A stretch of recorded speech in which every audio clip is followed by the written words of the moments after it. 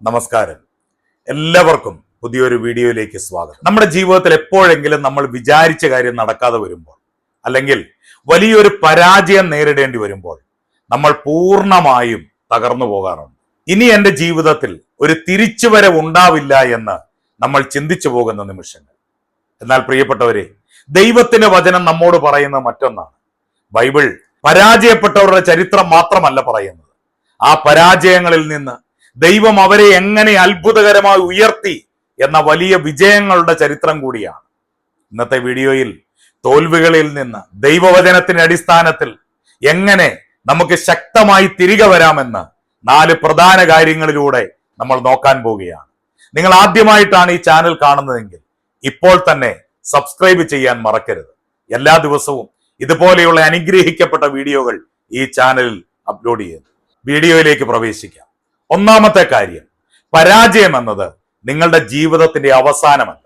സദൃശ്യവാക്യങ്ങൾ 24-ാം അധ്യായം 16-ാം വാക്യത്തിൽ ഇങ്ങനെയാണ് പറയുന്നത്: നീതിമാൻ 7 പ്രാവശ്യം വീണാലും വീണ്ടും എഴുന്നേൽക്കും.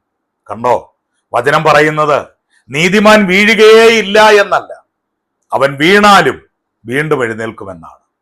ബൈബിളിലെ ജോസഫിന്റെ ജീവിതം നോക്കൂ. സ്വന്തം സഹോദരന്മാർ അവനെ പൊട്ടക്കിണറ്റിലേക്ക് തള്ളിയിട്ടു, അടിമയായി വിറ്റു, ചെയ്യാത്ത കുറ്റത്തിന് ജയിലിൽ അടച്ചു. മനുഷ്യന്റെ ദൃഷ്ടിയിൽ അവൻ പൂർണ്ണമായി പരാജയപ്പെട്ടവനായിരുന്നു. എന്നാൽ ദൈവം അവനെ ഈജിപ്തിന്റെ പ്രധാനമന്ത്രിയാക്കി മാറ്റി. നിങ്ങളുടെ ഇന്നത്തെ തോൽവി ദൈവം നിങ്ങളുടെ ജീവിതത്തിൽ എഴുതാൻ പോകുന്ന വലിയൊരു വിജയ ചരിത്രത്തിന്റെ തുടക്കം മാത്രമാണ്.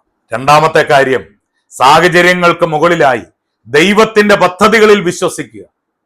നമ്മൾ പരാജയപ്പെടുമ്പോൾ ദൈവം നമ്മെ കൈവിട്ടു എന്ന് നമ്മൾ വിചാരിക്കും.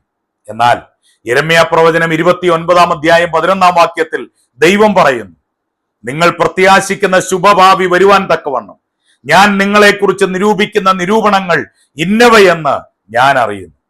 അവ തിന്മയ്ക്കല്ല, നന്മയ്ക്കത്രയുള്ള നിരൂപണങ്ങളെന്ന് യഹോവയുടെ അരുളപ്പാട്. പലപ്പോഴും നമ്മുടെ വഴികൾ അടയുമ്പോൾ ദൈവം നമുക്കായി അതിനേക്കാൾ മികച്ച വഴികൾ തുറക്കുകയാണ്. അതുകൊണ്ട് എന്തുകൊണ്ട് എനിക്കിത് സംഭവിച്ചു എന്ന് ചോദിച്ച് വിഷമിക്കാതെ, ദൈവമേ, ഇതിലൂടെ അവിടുന്ന് എന്നെ എന്താണ് പഠിപ്പിക്കുന്നതെന്ന് ചോദിക്കാൻ നമ്മൾ തയ്യാറാകണം. മൂന്നാമത്തെ കാര്യം, പരാജയങ്ങളിൽ നിന്ന് നാം പഠിക്കാൻ തയ്യാറാകണം. തെറ്റുകൾ തിരുത്താൻ തയ്യാറാകണം.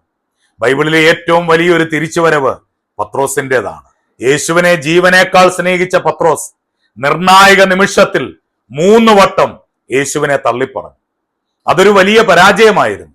പത്രോസ് കരഞ്ഞുകൊണ്ട് പശ്ചാത്തപിച്ചു. എന്നാൽ പത്രോസ് അവിടെ തളർന്നിരുന്നില്ല. ഉയർത്തെഴുന്നേറ്റ യേശു അവനെ വീണ്ടും ചേർത്ത് പിടിച്ചപ്പോൾ അവൻ തന്റെ തെറ്റുകൾ തിരുത്തി ശക്തമായി തിരിച്ചു വന്നു. പെന്തക്കോസ്ത് നാളിൽ ഒരൊറ്റ പ്രസംഗം കൊണ്ട് 3000-ഓളം ആളുകളെ ദൈവത്തിലേക്ക് നയിക്കാൻ പത്രോസിന് കഴിഞ്ഞു. നിങ്ങളുടെ ഭൂതകാല തെറ്റുകളോ പരാജയങ്ങളോ ഓർത്ത് സ്വയം കുറ്റപ്പെടുത്താതിരിക്കുക. ദൈവത്തോട് മാപ്പ് ചോദിച്ച് പാഠങ്ങൾ ഉൾക്കൊണ്ട് പുതിയ ആത്മവിശ്വാസത്തോടെ മുൻപോട്ട് പോവുക. നാലാമത്തേതും ഏറ്റവും പ്രധാനപ്പെട്ടതുമായ കാര്യം, നമ്മുടെ സ്വന്തം ശക്തിയിലല്ല, ദൈവത്തിന്റെ ശക്തിയിൽ ആശ്രയിക്കുക. തോൽവികൾ ഉണ്ടാകുമ്പോൾ നമ്മുടെ മാനസികവും ശാരീരികവുമായ ശക്തി കുറഞ്ഞു പോയേക്കാം. എന്നാൽ ഫിലിപ്പിയർക്ക് എഴുതിയ ലേഖനം 4-ാം അധ്യായം 13-ാം വാക്യം നമ്മെ ഓർമ്മിപ്പിക്കുന്നു: എന്നെ ശക്തനാക്കുന്നവൻ മുഖാന്തരം ഞാൻ സകലത്തിലും മതിയാകും. നിങ്ങളുടെ സ്വന്തം കഴിവുകൊണ്ട് മാത്രം ജയിക്കാൻ ശ്രമിക്കുമ്പോഴാണ് പലപ്പോഴും നിരാശയുണ്ടാകുന്നത്. എന്നാൽ പ്രാർത്ഥനയിലൂടെ ദൈവത്തോട് ശക്തി ചോദിക്കുക. യഹോവയെ കാത്തിരിക്കുന്നവർ ശക്തിയെ പുതുക്കും, അവർ കഴുകന്മാരെ പോലെ ചിറകടിച്ചുയരുമെന്നാണ് യെശയ്യാ പ്രവചനം 40-ാം അധ്യായം 31-ാം വാക്യത്തിൽ ദൈവം നമുക്ക് നൽകുന്ന പ്രത്യാശ.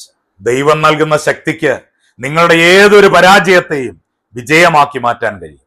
പ്രിയ സഹോദരങ്ങളെ, ഇന്ന് നിങ്ങൾ ബിസിനസ്സിലോ പഠനത്തിലോ ഔദ്യോഗിക ജീവിതത്തിലോ അല്ലെങ്കിൽ വ്യക്തിപരമായ ജീവിതത്തിലോ കുടുംബ ജീവിതത്തിലോ ഒരു തോൽവി നേരിടുകയാണെങ്കിൽ നിരാശപ്പെട്ടു പോകരുത്.